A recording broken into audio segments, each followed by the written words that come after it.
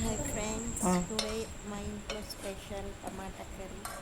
So టమాటా curry very simple, అది మీకు కూడా తెలుసు. అది ఎలా తయారు చేయాలో అందరికీ తెలుసు టమాటా కర్రీ.